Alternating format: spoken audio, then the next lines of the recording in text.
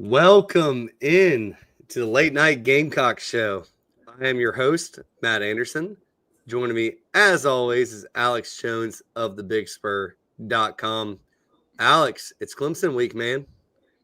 It's Clemson week. Happy Thanksgiving to everybody out there. Thanks for joining us tonight. And I know we'll say it probably multiple times tonight, but happy Thanksgiving to everybody out there. And it's always a fun week. You got Clemson week, and it's a whole bunch to talk about with that. And looking forward to it. Oh my God, it's Thanksgiving tomorrow, Alex. I've been on Clemson all week. I better figure this whole thing out. Yeah. No, but not only is it Thanksgiving week, it's also feast week. I don't know if you paid attention to college basketball the past couple of days, Alex, but SEC got a pretty big win for Tennessee. And look, you and I just railed on Tennessee, or I did, saying they haven't played anybody, and they went ahead and beat Houston in the Players Era tournament. Yeah, SEC pretty interesting. Yeah, it's pretty interesting because it seems like coaches are just like, yeah, you're gonna give my players $1 million, sure thing, let's go. Yeah, but, I mean, it seems like the Players Era is going to start taking over kind of this feast week because you saw Maui's not as loaded as it normally is. Battle for Atlanta seems like it's not. But, at the same time, from a coach's perspective, I kind of understand, especially in the NIL days, with what they get for playing in these tournaments. And I think I saw Players Era is going to expand next year. So it seems like that's going to become a thing. Well, Kelvin Sampson said it right. He was like, look, my kids will go play on an empty street basketball court if it meant they were getting $1 million combined, amongst them. But in other news, Shane Beamer, according to the state newspaper, will be retained for 2026. We'll talk about that tonight. We got to talk basketball, Alex. It is feast week, and Isaac Ellis, Eli's younger brother, has decommitted from South Carolina, didn't sign his national letter of intent, and he has actually reclassified to next year's class. So we'll see what happens there. Unfortunately, we're not going to have Justin tonight from Sports Cap Value. Justin has sent me and Alex his leans, so we'll still give you that. But Alex is on his way to maybe some extended family Thanksgiving. I think it's got to be extended family because I know his family's from Hartsville, but he just told me he wouldn't be able to make it. National Signing Day is coming up, Alex, and we are, a week from today, right? Week from today, yep. So Alex will break down the current recruiting class, anybody we're worried about, and also who the Gamecocks are still chasing. It's Clemson week, so there are some big visitors for South Carolina this upcoming weekend, and Alex will talk all about that. And after all of that, after everything we're going to talk about tonight, Alex and I are going to hit the road and get ready for our family Thanksgiving, but wanted to be here with y'all tonight because it is such a big week. And on this show, I'm going to get pretty analytical. So I'm going to talk a lot of numbers when it comes to this Clemson preview. It's something that honestly, I haven't been very motivated to do this entire season when Mike Shula was doing Mike Shula things, but I'm re-energized. It is Clemson. So we'll talk about that here in a little bit. But Alex, before we get to everything we have to talk about, let's go ahead and get that beautiful Late Night Gamecocks show introduction. Gonna turn on the late night show, hear what's going down in Cold Town.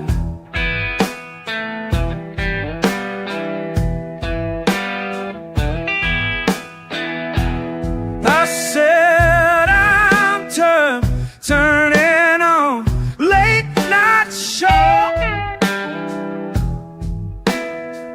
Yeah, my Cox will let me down.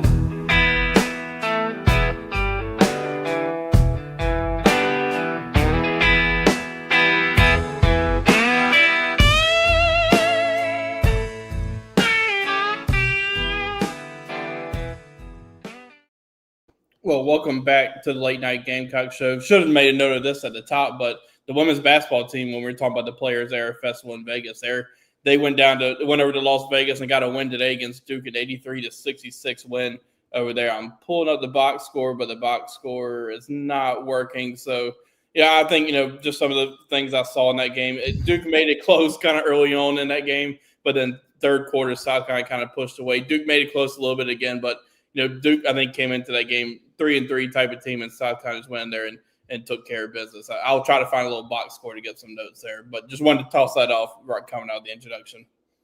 Yeah, I'm sure people in the chat box can tell us what happened. I already see Matthew Sellers saying Akot had a big game. Yeah. Look, this South Carolina team, like I remind people all the time, basketball is a game of runs. And I tell my mom this. I tell my father-in-law this. I tell my brother who played college basketball this when they're getting angry about games. Like, you want to have the best run in a game and you want to have the last run in the game.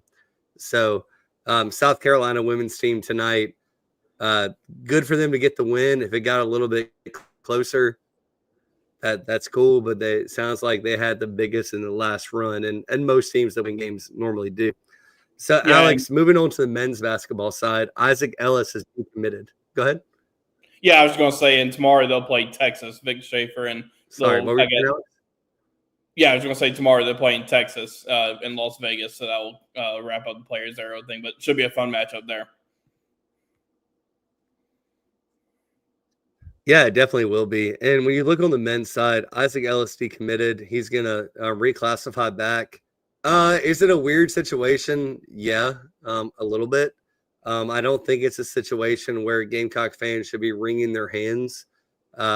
Gamecocks took a commitment from Marcus Johnson, top 40 player overall in the country, and played the same position as Isaac Ellis. I will say that I know what Lamont wants on his team, and ball handlers come at a premium. So Isaac Ellis was a true point guard. He's more of a true point guard than Eli is, and it would have been great to have him next year potentially grow. But right now, he's going to stick around, play OTE next year. And we saw what that meant for Eli Ellis, playing OTE and being a two-time MVP. And he obviously has Isaac obviously has a great older brother to be a mentor. So we'll see where it stands right now. I mean, obviously it means South Carolina potentially has another recruiting spot open in their class. I imagine it's probably going to be a portal kid at this point. Yeah. And the Gamecocks will lose a lot from this year's team from the portal as well, portal and graduation.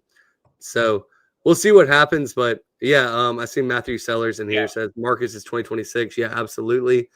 And for those of you who don't know, Marcus is Michi Johnson's cousin. And I think it's just another great pipeline. Top 40 overall player in the country. Yeah. So we'll see what happens with Isaac. Right now, it looks like next year he's going to have the opportunity to play at South Carolina or play for somebody else. The Gamecocks still want him. And he had a couple power four, whatever you call power four, power five. I can't keep basketball and football straight. Yeah. I think football might be like even power two right now. But we'll see what happens and see what happens there. So, Alex, I want to get to this really quick. We'll take some time here. The state newspaper has reported that Shane Beamer will be back to South Carolina in 2026. Let's be honest, Alex, the immediate need is for Shane Beamer to beat Clemson this upcoming weekend. Doesn't look like it's going to have an impact on his job next year, but clearly they need to win this game to have momentum on the recruiting trail, the portal trail, and then most importantly, the next offensive coordinator. Yeah, I don't think this news was surprising when it came down last night. I think it was trending this way for a long time. And, I think, what this news can do from a recruiting perspective, which we're going to dive into here in a little bit with some of the visitors that will be in town for the Clemson game, is that kind of can help there from a recruiting standpoint, guys you want to try to close on in this class. And then, just kind of what you're getting to from a portal perspective, like as soon as this game's over, obviously the portal doesn't open until early January, but you get into that portal period, you're going to have to be ready to go. And I just think this news was not too surprising, and I wasn't too surprised by the timing of it either. I think it's been trending this way for a long time. And I think the timing of it, like while it's not an official release from University of South Carolina's athletic department, to put in the state newspaper, have it published, have it printed, it does a lot for National Signing Day a week away. Yeah. Because now you have the vote of confidence that maybe Gamecock fans haven't been feeling, but for recruiting purposes and offensive coordinator purposes, look, he's coming back. It gives Shane a lot more freedom and flexibility to have candid conversations, which I think he has already. I've seen people say that Shane already knows who his offensive coordinator is. I have not got that verified. I don't think that is a situation where come Saturday night, maybe the Gamecocks win. It's going to be a victory press conference, and Shane says, "By the way, we're going to have Urban Meyer come in as our that'd be something." It would be something, but I don't think it's anything like that. But it's very clear, Alex, that Shane Beamer still needs to nail this offensive coordinator hire. And I was on the show earlier today with JB and Brad Crawford, and I said, Brad, these are my 3 questions that any SEC coach, it doesn't have to be South Carolina, but they have to ask these 3 questions to themselves. And Alex, I want to get your take on this. If I hired this offensive coordinator, would I be scared of him on the other sideline game planning? And it's also, would any other SEC program hire this offensive coordinator to be their offensive coordinator? And then lastly, it's in a situation like Shane Beamer, am I willing to stake my head coaching career, or at least this job, on this offensive coordinator? And Alex, I don't think you were watching earlier. Brad Crawford added one more bullet point to that.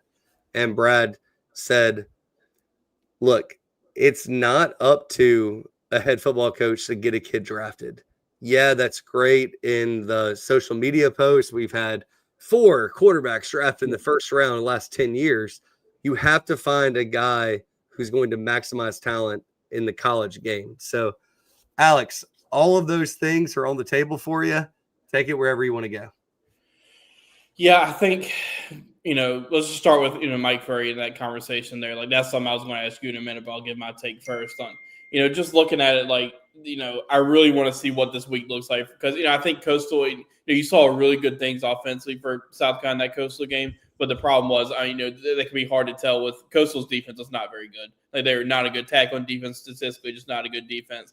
But you have seen improvement from the South Carolina offense. You've seen some things from a play calling standpoint that you really like, some of the screen aspects of it. First half against A&M was really good. Now the second half was a whole different story in really all 3 phases. But just really interested to see, where this goes with Mike Furry in this game. And then just with some of those other candidates out there, I think that's, I don't know, Shane Beamer is going to go down your 3 list of categories there for when he's going to hire an offensive coordinator. I doubt he will. Yeah, but, I think it's solid questions. And to go along with what Brad Crawford said, too, on the show, it's, I think it's, something that, I think for Shane Beamer, the job is just to find the right offensive coordinator for South Carolina, who he feels best. Because, as we've mentioned it tonight already and on multiple shows, and everybody's saying it's a huge hire for Shane Beamer. And I imagine just with having that bye week kind of before A&M, a lot of that work has been going on behind the scenes. And, I think he said that, pretty quickly, or not pretty quickly, but, he don't want to take maybe too long after that Clemson game to, have that OC in place just with all the other stuff that goes on.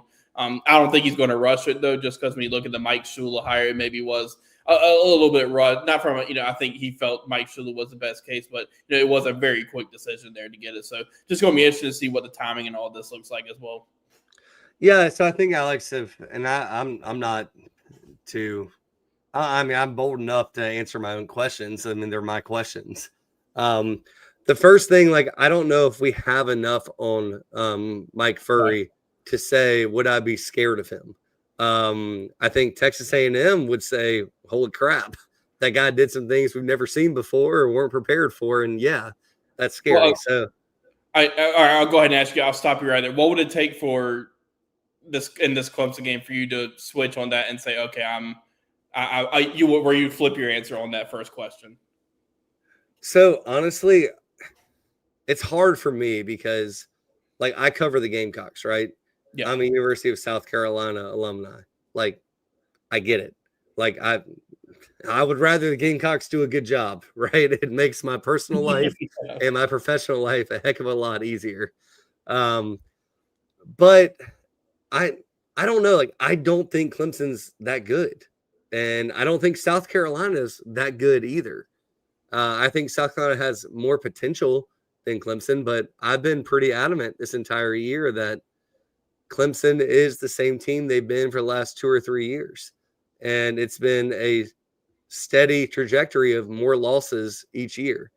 So does Clemson move the needle for me drastically? No. I mean, from like being an alumni, I want them to beat Clemson. Like, that'd be awesome.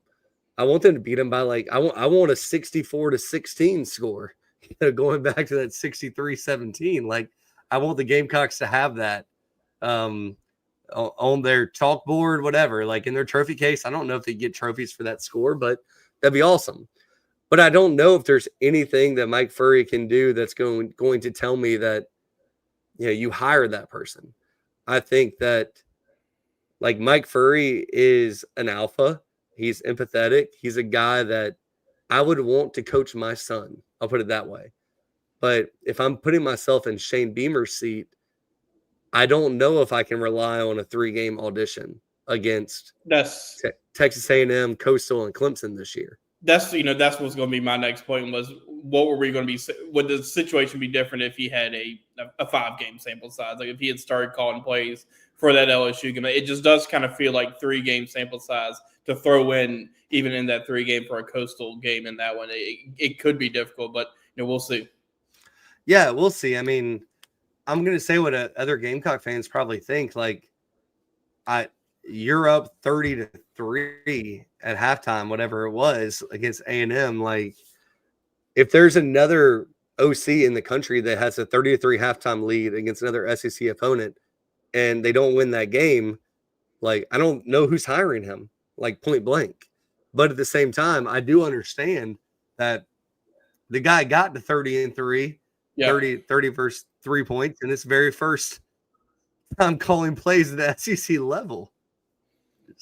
So, I don't know, man. Like, I will not be upset if Mike Furry's offensive coordinator. I'll put it that way.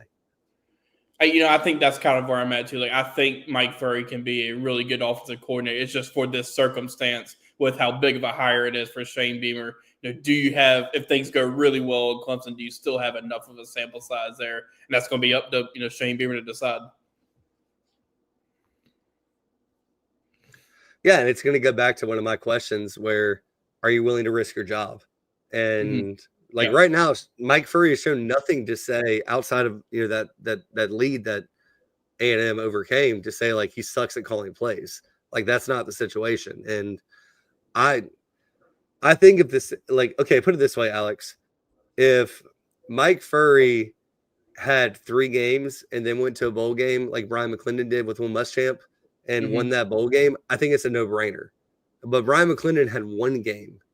And, like, honestly, Brian McClendon probably was an okay OC. Like, let's just be real.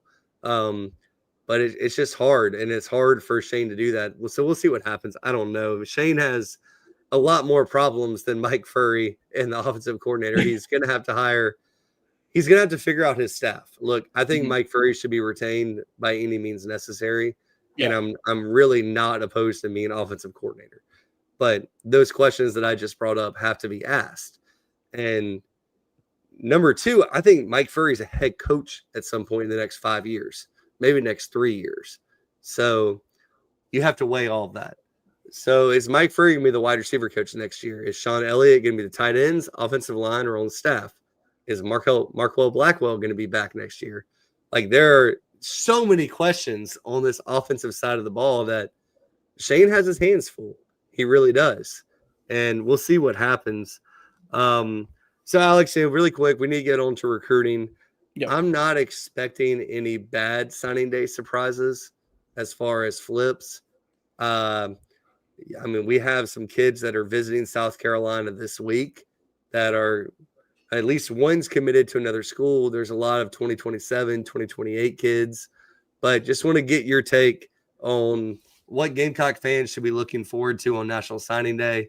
And then also, we'll have a whole National Signing Day episode next Wednesday. That's the only thing we got to talk about. Like Gamecocks aren't going to a bowl. Yeah. But give a primer for this weekend. And anybody start still looking at, sorry, this cough's still terrible. No, I think, to your point on you not expecting any bad signing day news, I think that goes to show with the visitor list this weekend. I think nearly all the commitments will be in town for the game. So that's always a good sign, being that they'll be in town Wednesday before signing day. So that's a good sign there. And then from a maybe a target standpoint, I think a few that you're thinking about right now, Carson Baker, the 4-star running back. Florida commit, but he's been on South Carolina's radar forever, and I'm sure everybody who's listening here is well knows him just because it's been a long recruiting process for him. I think South Carolina was the first SEC offer with him. South Carolina was going to get an official visit in the summer with him, but he went ahead and committed to Florida kind of early on in the process, never visited South Carolina. And I think South Carolina was still right there with Florida, but Florida was really on a run there through recruiting and had a lot of momentum. So ended up getting him, but he's going to be in for an official visit this weekend, which I think is huge just because you just lost Amari Thomas, who flipped back to Florida State. I think it was last week. All of it's running together at this point, but flipped back to Florida State. So you want a running back in this class, and so that would be a really good get in. And we'll see what they can do. You're going to get that last visit before signing day, so that's going to be one of the targets to keep an eye on. Julian Walker is another one that everybody's familiar with. And he's the 4-star edge from Dutch Fork. He's going to be playing to be at Michigan Ohio State game this weekend. Michigan commit, so we'll see kind of where things go over there. But we've talked about it a ton, just all the connections with his dad on staff and things like that. Be another one to watch all the way up until Wednesday. And then as far as this weekend, it's a really good list of names that are going to be in outside of the commitments that I mentioned that are going to be in. You have guys like the in-state running backs with offers from Burns, David Segara, and from Woodruff, Aiden Gibson. Those two guys will be in. Maxwell Hiller, who's an offensive lineman, I think a 5-star from Pennsylvania, is going to be in. You got the Irmo guys, Nate Carson and Jaden Bryant. Nate Carson, offensive lineman, Jaden Bryant, defensive end. Bryant is going to end up being one of the probably top overall players in the country. Just a really, really good prospect. And then, just a few other names. Jabias Smith, the linebacker they've been in on for a while. KJ Green, he's another one that's an edge from Stone Mountain, Georgia, that South Carolina Stern Lucas have been in on. He's a really highly ranked edge out of Stone Mountain, and guy that's really, really good and got a chance to be, and we'll see kind of from a South Carolina's perspective where they're at. They're batting Alabama, Georgia for him, but he's been in a few South Carolina games already. He was at the first game against Virginia Tech, and I know he was at maybe 1 or 2 home games here, so we'll see what his. But, going to be a really good list this weekend, and we'll see kind of who else, if there's any other visitors that pop up. Yeah, I see some comments in here. Matthew Seller says, how are kids going to commit to Florida with no head coach? It's a good question. I do think that Florida is going to strike out with Lane Kiffin. If you watched the show earlier today, Brad and I both agree that Lane's probably going to take the LSU job or stay at Ole Miss. I think that Brad's more 50-50. I'm more 75-25 that Lane's going to take the LSU job. So you're going to have some moving pieces, but I just wonder, okay, does that mean Eli Drinkwitz is going to take Florida? Who actually knows? Yeah. I mean, let's not forget that Penn State is going to get a name. I'm just telling you right now, Penn State's not going to hire the up-and-comer. They didn't fire their guy to go get an up-and-comer. They're going to get a dude. So, unfortunately for Florida, I think they're like 3rd or 4th at best on the pecking order. So, with National Signing Day coming up, I don't know how they're going to manage it. As when it comes to Carson, I would keep a really, really big eye on that. I think that South Carolina has been very honest with him that he was their number one target the entire offseason, the entire recruiting season. And now he's coming on campus. Shane Beamer just got the vote of confidence for next year. Just watch that one closely. I think I haven't been told hey, he's gonna commit to South Carolina, but just watch it because you've seen crazier things happen with a week to go till National Signing Day. Yeah, and it was one where South Carolina was kind of battling Georgia Tech for this kind of last official visit, but they're going to get it. Kentucky, he's also visited Kentucky and North Carolina, but kind of feels like this one could be a South Carolina-Florida battle down the stretch. Yeah, and with Julian Walker, Alex, I'll just add, he's been pretty steadfast to Michigan this entire time. He's visited South Carolina a lot, his dad is on the staff, like Alex mentioned. He feels comfortable with South Carolina. But never underestimate Mama in recruiting battles. And we'll see how it goes with his visit to the game. But he's another guy I would be watching closely. One guy that Alex didn't mention that I will is Tamarian Watkins. I don't see anything right now that indicates he'll be a signing day flip. So, like, I don't want you to get your hopes up for that. Torian and the coaching staff is still working him, but nothing says he's going to flip. Like, I don't know if he's even been at Carolina for a game this year, Alex. Has he? I don't think so. Yeah. And normally, Alex, you know this, you follow the visits. And that's why with Walker, it's like, well, he's visited a lot. Well, his dad's on staff. Like, and normally you go where mom and dad go on Saturdays if you're in high school. But the Carson Baker stuff, we'll watch it. Alex, let's go ahead and hear from our sponsors. And when we get back, we're going to talk all about this Clemson, South Carolina football game. Morning, Carl. Usual? Yeah. Your oldest was in here the other day. Said the two of you took a trip down to my neck of the woods. How'd that go? You might as well give me one of those Carolina cards while you're at it. I knew I liked that one. Yeah. There you go, my friend. Thanks. Hey, Carl. Congratulations. See you tomorrow, Freddie. You bet. JC Sherbert here had a brilliant idea that some good friends of mine in Florence have told me about. Next time you're having a wedding or an event or anytime you got to feed a bunch of people, talk to my friends over at Flavortown Eats and Events. That's right. It's a food truck / trailer, prepares the food fresh on site right there for you. No hassle. It's absolutely delicious. They'll come out, turnkey solution to feed the masses at your event. Go to their website right now. flavortownflow.com. That's flavortownflow.com. They have all the contact information you need, and they are a proud sponsor of the Late Night Gamecock Show and the Chief Sports Network. Welcome to Palm Casual Patio Furniture. Because we are the factory, Palm Casual has the ability to offer the highest quality outdoor furniture paired with world-class service. Since 1979, our factory showrooms have done our best to make the buying process as easy as possible for our customers. Our understanding of the many factors that go into your decision has helped us create our 30-day trial period that increases the level of comfort our customers feel during the shopping experience. Visit us in Somerville, Mount Pleasant, Myrtle Beach, and Bluffton, and online at palmcasual.com for our products and out-of-state locations. Go Gamecocks! This is the Late Night Gamecock Show with the pride of Hampton County, Alex Jones. And with the king of late night, Matt Anderson. Go Gamecocks!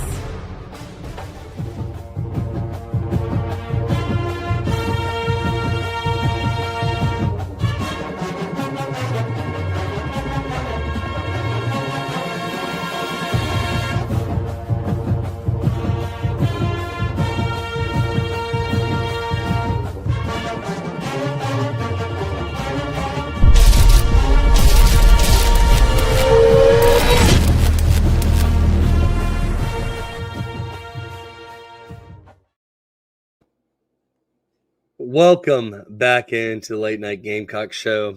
I am Matt Anderson. Alex Jones of thebigspur.com is joining me. Look, Alex, it's Carolina Clemson, and I'm going to give you, excuse me, the nitty-gritty on this, and then, feel free to pop in wherever you want, Alex. But the game is at noon. It's going to be on SEC Network. It's going to be a cold one, so make sure you're bundled up. Alex will be pampered up in the media area. And, Alex likes to complain about having, no open air in the media room. But I bet he's not going to be complaining this weekend. I won't be complaining this week. I would be A-okay with it. So, interestingly enough, Clemson opened as a 5.5-point favorite in this game. And it quickly got hammered in the Gamecocks direction, Alex. I saw today as high as Gamecocks -3.5 I think it kind of settled at 2.5. I don't know where it is right now, Yeah. but ESPN's got it 3.5 right now. I think I saw FanDuel and DraftKings at 2.5. So that's an 8-point swing, and that is, I mean, I'll be honest. Like, as someone who plays a lot of fantasy football and uses the lines and the over-unders to help me with like roster decisions each week, it's not often you see an 8-point swing almost immediately. So the Gamecocks 3.5-point favorite. I think the over-under is set at 46.5. So Vegas is expecting like a 24 to or a 25 to. We'll see what happens there, but this will be the 122nd game in this rivalry's history. Clemson does lead the all-time series 73 to 44-4. I like to look at this when it comes to rivalry games. Over the last 10 games, Clemson leads 8-2.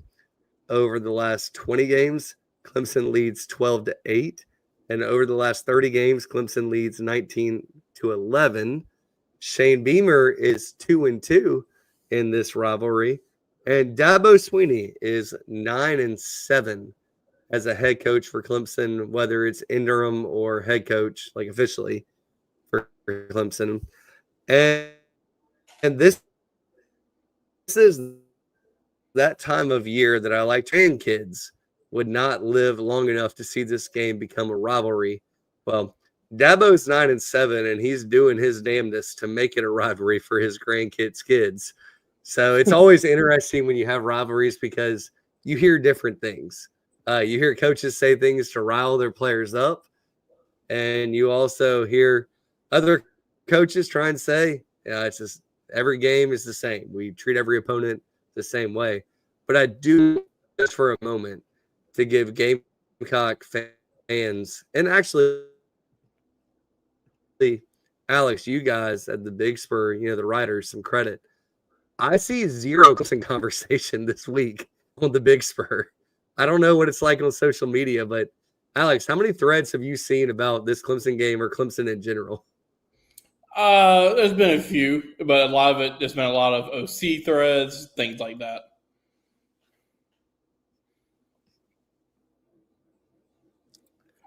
Yeah, I mean, it seems like just a few.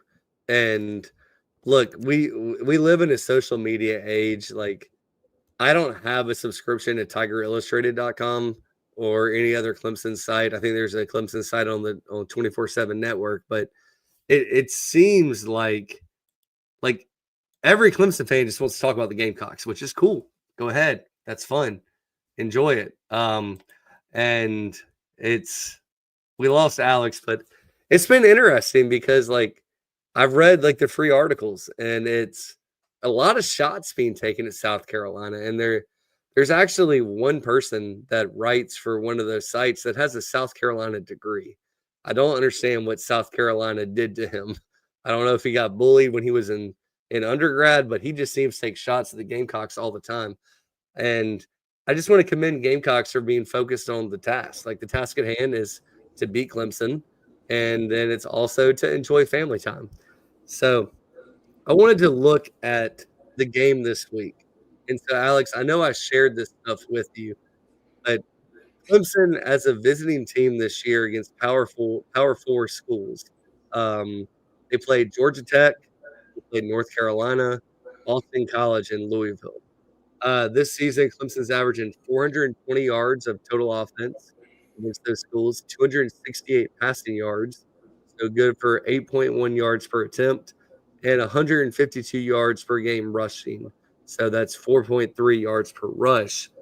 And so just take all that, Alex, everything I said, Georgia Tech, North Carolina, Boston College, and Louisville. And let's look at South Carolina at home this year. So South Carolina at home against Power 4 opponents. They played Vanderbilt, Kentucky, Oklahoma, and Alabama. And Alex, I don't know if you know this, but South Carolina's defense gives up right at 300 total yards per game, 176 passing yards per game, 6.1 yards per attempt. and 124 rushing yards per game at 3.5 yards per attempt. So my question to you, Alex, is what's going to happen this year? Is South Carolina that much better than the opponents that Clemson's played on the road? Is Williams-Brice that much of a home field advantage? And just the numbers are the numbers, and they're pretty clearly skewing to South Carolina. Yeah, those aren't bad numbers for South Carolina from a total yards perspective. Like, I think when you look at Clemson, the 152 rushing yards per game, like you got to imagine that's going to be number one on South Carolina's kind of radar. There's got to be able to stop the run. Adam Randall, who they've made turn from wide receiver to running backs, had a pretty good year. I think that's going to be number one key. I feel like we say it every game, but make the other team get into those passing downs where you can let Dylan Stewart and Brian Thomas get after Cade Klubnik to see if you can get them to make some of those mistakes. And I'm interested to see Cade Klubnik in this game. I see how he goes up against South Carolina's defense, but I think just what those stats tell me are, Clemson has been able to run the ball a little bit against those teams on the road this week. So you have to imagine they're going to try to do that this week, establish it early. And if you're South Carolina, see if you can get them stopped in the run game early on.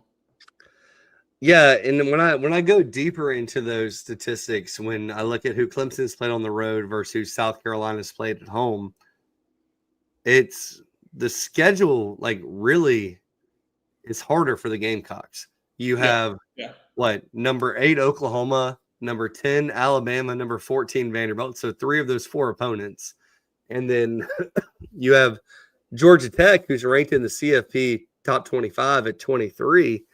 But when you look at the Clemson's road opponents, like Power 5, Power 4, whatever you want to call it, opponents, they're combined 21 and 23 this season. And the Gamecocks opponents are 32 and 12. So yeah, you just kind of got to say, well, if everything continues status quo, the Gamecocks have a good opportunity. Now, I'm going to go one step further with you, Alex. Clemson has played 5 teams this year with a winning record. Now, I'm not saying going to the ACC championship, going to the SEC championship. I'm just saying flat out winning record. So when you look at that, the Tigers are 1-4 against teams with a winning record, and their average loss is 4.2 points per game. So competitive, super competitive, could have won a lot of those games, right?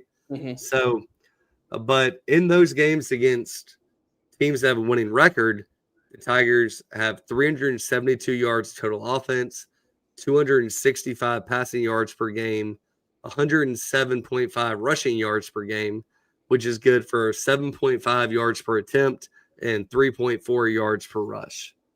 So what Clemson has done for a very long time, and it's not what they've done for my entire life, Alex, or your entire life. Well, Alex, you're young, maybe your entire life, but Clemson lately has kind of played up to the moment in big games. They might blow out the crappy ACC teams, but when the moment calls, they find a way.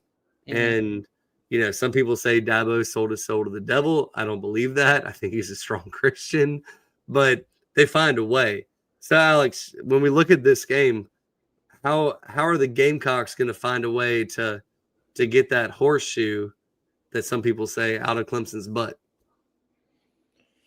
I think you got to, South Carolina's got to kind of take it to Clemson early on in this game. See if you can get, a stadium that's going to be, as you imagine, probably going to be sold out, just one of those typical rivalry type of environments. See if you can make a big play. See if you can punch first. Because if you can punch first, I think you start putting pressure on Clemson. And it's kind of just like every other game, but especially in this game with the stadium atmosphere and what it's going to be. I think that's going to be a little, Clemson's going to provide a challenge, especially on the perimeter with Antonio Williams and Parker and those guys. Those guys are really good on the perimeter.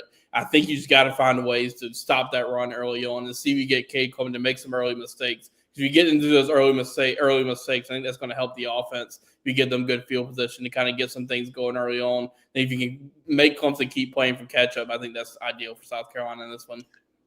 Yeah, Alex, you brought up Cade Klubnik. I think that's a great segue because I actually have some stuff on Cade Klubnik. Cade Klubnik has yet to throw a touchdown pass in this rivalry. He's been 2 games as a starter. His 2-year averages, so just say he's been a starter 2 years, He throws for 190 yards passing, 62% completion rate, 6 yards per pass attempt. But the big thing is that he's averaging 57 yards rushing per game, and he's scoring a rushing touchdown per game. He hasn't scored a rushing touchdown in both games, but last year he had 2. And I'll also say that even DJ Ugalaway, whatever, I suck at last names, and I'm not going to try and pronounce that one. Even he had 51 yards rushing and a touchdown against the Gamecocks, I guess 3 years ago when the Gamecocks won that nail biter. Yeah, I think when you think about Clubman, think back to last year with that game and those 2 touchdowns he scored. Like, you got to be disciplined in your pass rush lanes, because if not, he can step up really quickly and score. And he's got really good legs. I mean, you've seen some of the plays he made last year, that Pittsburgh game and things like that. I think if you're South Carolina, you got to be really disciplined from a linebacker standpoint and from a defensive line standpoint. If you get out of those pass and rush lanes, he can step up and kind of get some things going. But South Carolina's been pretty good this year against mobile quarterbacks, so that will need to kind of continue in this one.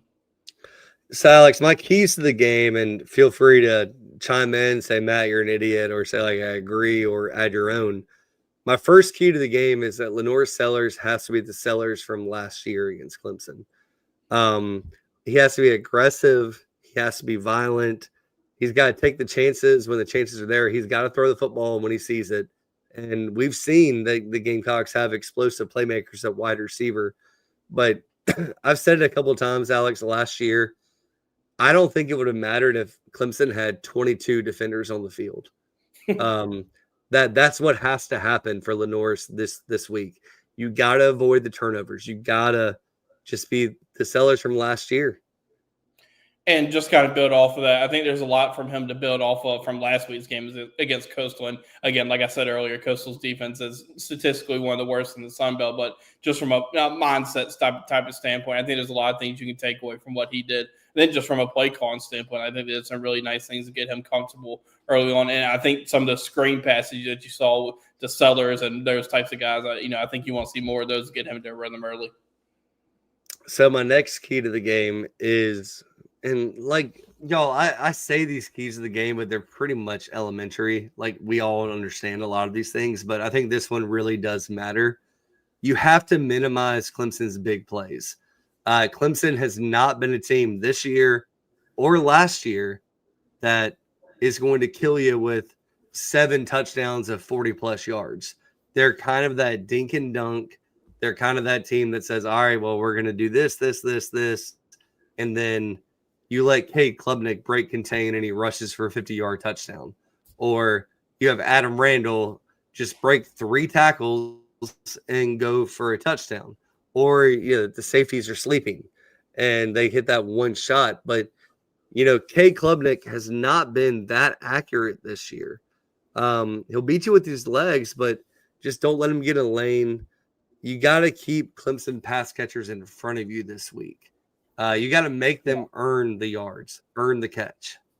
And South Carolina's defense has been pretty good about that this year, not kind of limiting those explosive plays outside of the Texas A&M second half where things were just unraveling just like crazy for all phases. Like that was kind of the game where they let some of those explosive plays happen. But for the most part, really under Clayton White and his tenure, they've been pretty good about that. And I think to add on to that, get off the field on third down, especially if you get them into these third and longs, you don't let Klubnik get loose around the corner or something like that and pick up a long first down. Like getting off the field on third down, limiting explosive plays is going to be huge.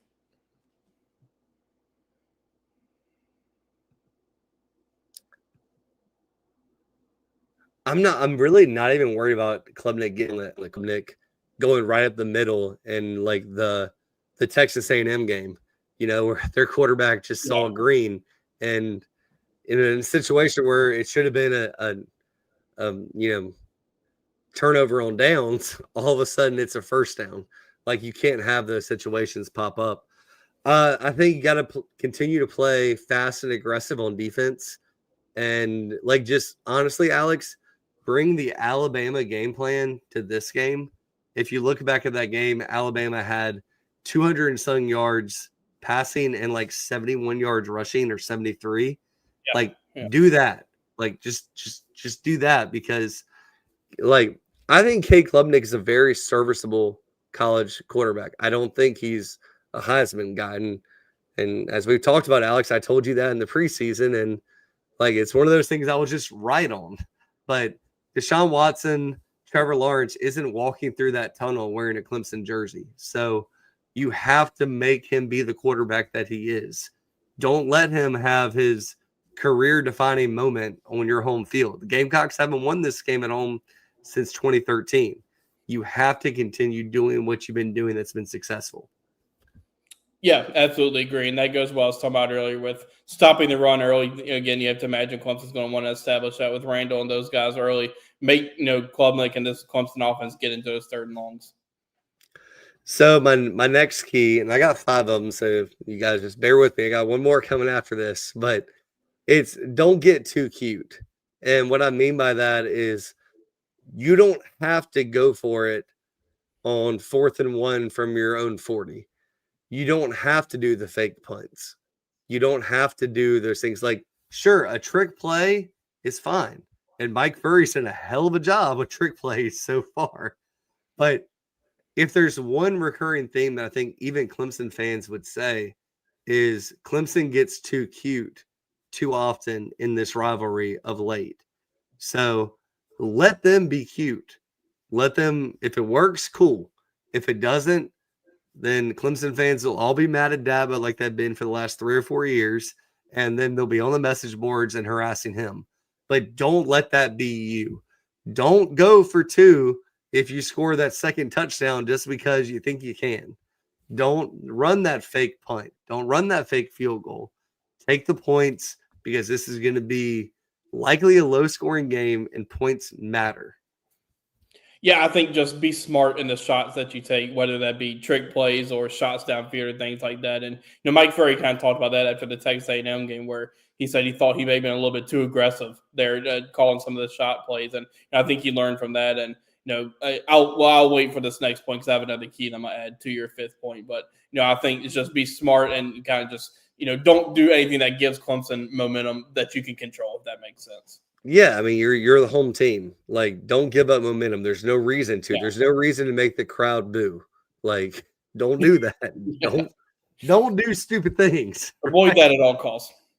Yeah. Wow, I just got deja vu. That's funny, Alex. I don't think we've ever had this conversation, but I just got deja vu. Maybe that's a Shane Beamer thing. I don't know. But my last one is just have fun, feed off the crowd.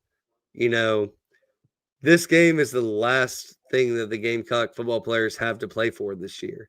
Clemson's going to the Birmingham Bowl or whatever. Like, they're not excited about that, but you're not going anywhere. So you're at home, have a good time. This Clemson team and everyone that's been paying attention to mock drafts are so confused how Clemson can have 7, 8, 9, 10 top 2-round picks and have the record they do. They have good players, but at the same time, these players aren't meshing. So just have fun. Let Clemson do what they've done this entire year, which is not rise up to the moment.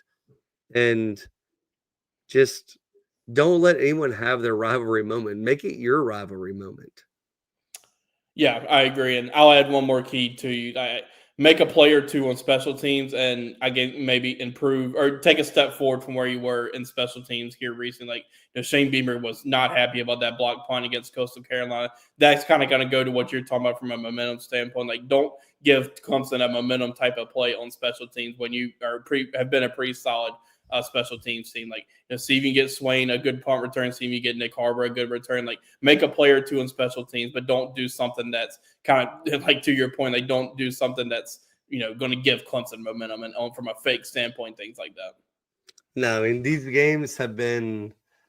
You look at the last 2 years, even 3 years ago.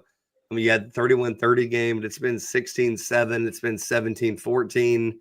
Like, Clayton White seems to understand what Garrett Riley wants to do. He seems to have a good feel for what Cade can and can't do. So, like, just tie up those little loose ends where you get the 50 yards of rushing for a quarterback. Like, I'm sure Clayton's probably like, hey, if the only touchdowns they score are 2 rushing quarterback runs, like, fine. like we'll still win the game, but you can't worry too much about that. You gotta just I'm worried about it. Clayton's probably not worried about it, I should say. But so Alex, we do have to get to our best bet segment. I am kind of happy about best bets right now. We're running out of time, but last week I went 3-2 and you went 2-3. So checking my math, I gained a game on you and I needed it because right now I'm 4 games. What? I'm not scared. I'm okay. You know what? You said the same thing last year, Alex, and I'm like Jaws. I'm coming for you. I've learned from my mistakes. I've went back and watched the film. I've learned. Well, right now, Alex is 26-24 overall. I'm 23-27. So Alex does have that 3-game lead. Before Alex and I give our best bets, again, Justin from sportscapvalue.com is not here tonight. I think he's going to be on the show Sunday night for Rooster Rant, but he's traveling for Thanksgiving. Alex, and I want to tell all the audience, Alex has had the same information since he got it today. He's had this since about noon. But here are Justin's leans. He wanted to give those to you guys. He likes Georgia Tech plus 14, Texas A&M minus 2.5, Miami minus 7, Kentucky plus 3, the Gamecocks minus 2.5, Missouri minus 2.5, and he likes the over 53.5 in James Madison and Coastal Carolina, and then he likes Alabama minus 6. Look, guys, I don't look at the lines. I don't know when he placed this, what books he's looking at, but that was about noon today. So Alex has all the information I do. I'm on the hair. I'm just the turtle. I'm just slowly just doing my race. Alex jumps out to the big lead. Alex gets a little cocky, and now I'm about to turn on the turbojets. See, you were talking about, not giving Clemson any momentum on things. I gave you momentum last year, and I've learned from that. I let you kind of get back into that one, and you had all the momentum. That's not happening this year. Excuse me. Well, Alex, do you want me to go first, or do you want to go first this week? Nah, since I think I'm in the lead, I should go first. All right, go ahead. First one I'm going with, and I don't know how good I feel about this one, but we're going to go with it. Ole Miss is 7-point favorite at Mississippi State. I'm going Ole Miss covers. I think, they're going to, they're going to not worry about those distractions with Lane Kiffin and all that. I think they go out and beat Mississippi State by more than 7. So I'm double checking right here. No, Justin didn't say this. You guys actually did not talk before I talked to Justin. I got nothing on mine that he has. So, well, you know what? Like, finally, I'm feeling the same way Justin has felt this year because, like I said, like I saw it, I sent it to you, but I had completely forgotten all these numbers. Actually, when I sent it to you, Alex, I don't think I even looked. I think I just copied and pasted and sent it to you. Yeah, I didn't look either because I didn't want you to say that I had just looked on his and took all of his. So I actually agree with Justin. He has Texas A&M minus 2.5. I feel the same way. I just think that Texas has been a team that has been hit or miss, and A&M outside of South Carolina hasn't. I do think that the same benefit that Clemson had for a number of years where you're not playing tough competition week in and week out, like maybe you win and you blow teams out, but maybe you're more healthy. So give me A&M minus 2.5. All right, so I should have just went in and said this off the top. I'm going to stick with Ole Miss and Mississippi State here. I'm going to the point total on this one. 62.5 is the point total. I'm going under on it. Okay. Alex, I think last week was the first week I've done an over-under at all in this entire best bet segment. And I actually hit. I took that Kentucky game over 52. Well, maybe you should stop doing it then. Well, spoiler alert, I forgot that was profitable for me, so I didn't do it this week. Good. So my next game is last week I had Arizona State -7.5. They covered that easily. I'm going back to the well. Arizona State versus Arizona. I think Arizona State's the road team. I'm taking Arizona State +1.5. Yeah, I didn't choose that one, but that was one I thought about too. Like I think Arizona State's going to get that one. I'm going to go to Georgia Tech next. Going to point total again. This one's 59.5 on the point total. I'm going under again here. Don't see, I think Tech's going to be up to it defensively, but I think Georgia's going to win the game. But point total 59.5 going under. 59.5. Could see this being like a 30 to 14 type of game, 30-20 type of game, somewhere in there maybe. Honestly, Alex, I could see this being like a 20-7 game. I just don't think it's going to get to that 59.5. Yeah, I mean, I'm right there with you. Like, I don't disagree at all. So my in-law, well, my sister-in-law, my sister-in-law, not like my wife's family, but my sister-in-law, her family are big Ohio State fans. And I hear OSU chants all the time, the Ohio State all the time. And every year so far, I have pulled against Ohio State in the game. But this year, I just don't think that Michigan has enough in the tank to beat them. And if you know any Ohio State fans, and I have two friends outside of my sister-in-law who are fantastic people, best friends for a while, they're Ohio State fans. You don't understand how mad they get when they lose to Michigan. I mean, they could be 11-0, Alex, going into the Michigan game, and they lose with like college football playoffs, national championship. They don't give a crap. They want to fire that coach that day. And Ryan Day has done that too many times. Ryan Day is going to send a message, and he has the team to do it this year. Last year, I mean, honestly, I don't think Ohio State fans got out of their mom's basement for weeks until they found out they were still going to the playoff. Mm-hmm. So Ohio State -9.5. Well, I had this game too, but I'm going completely the other way. It's rivalry week, go big or go home. Ooh. I got Michigan winning this game. So I'm guessing you want Michigan plus 9.5. Do what? I'm guessing you want Michigan plus 9.5, not the money line. Yeah. Okay. I cannot wait to get to Thanksgiving and tell all of my in-laws that Alex Jones of the Big Spur Doc, you will get canceled, by the way. They will come after you. I actually saw the line. I love it, man. I love it.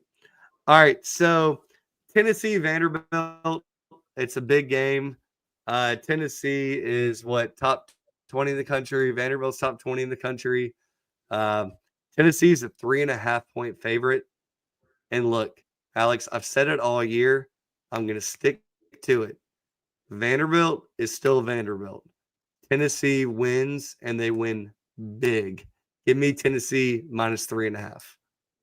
Well, I had this game too, but I had the total, and that I agree with you. But the over/under is 65.5. I don't see it getting there. I think Tennessee can put up some points.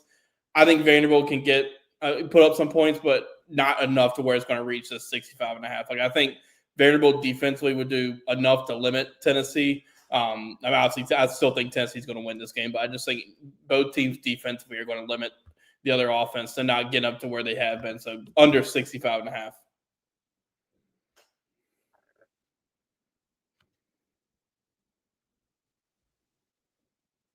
So you're okay. All right. I got one more game left. I think you have 1, 2, 3, 4. You've done 5 games. I have 1 left. And look, Justin Lyles is pretty good at what he does, right? I think he's pretty smart. He's been winning money this year. I'm so glad that finally I'm on the same page as Justin again, because I have Alabama -6.5 against Auburn, because Bama needs this game. They want to embarrass Auburn, and I'm taking Alabama minus 6.5. I'm surprised that line is at 6.5. Like, I thought it'd be higher than that. I agree. I think that's a good pick. I'd do it too, but that's a surprising line. Well, Alex, I gotta get at least 3 to get this thing tied before championship week and then bowl week. So don't count on it. Yeah, I know. But look, Eddie Blackburn, you said it right. Happy Thanksgiving. We really appreciate all of y'all being here with us tonight. We hope that you have the most amazing Thanksgiving with family and friends. And we'll be right back here on Sunday night for Rooster Rant. And I think Alex and I will both be on the show Friday for the game preview against Clemson. And we just hope that y'all have the best holiday season. We hope that, the Gamecocks get a win for you. And we thank you so much for spending your time with us, because when you do, you give us the most valuable thing you have. So thank y'all so much. We hope you have a great rest of the week, and we'll see y'all Sunday. Have a good night, everybody. Bye.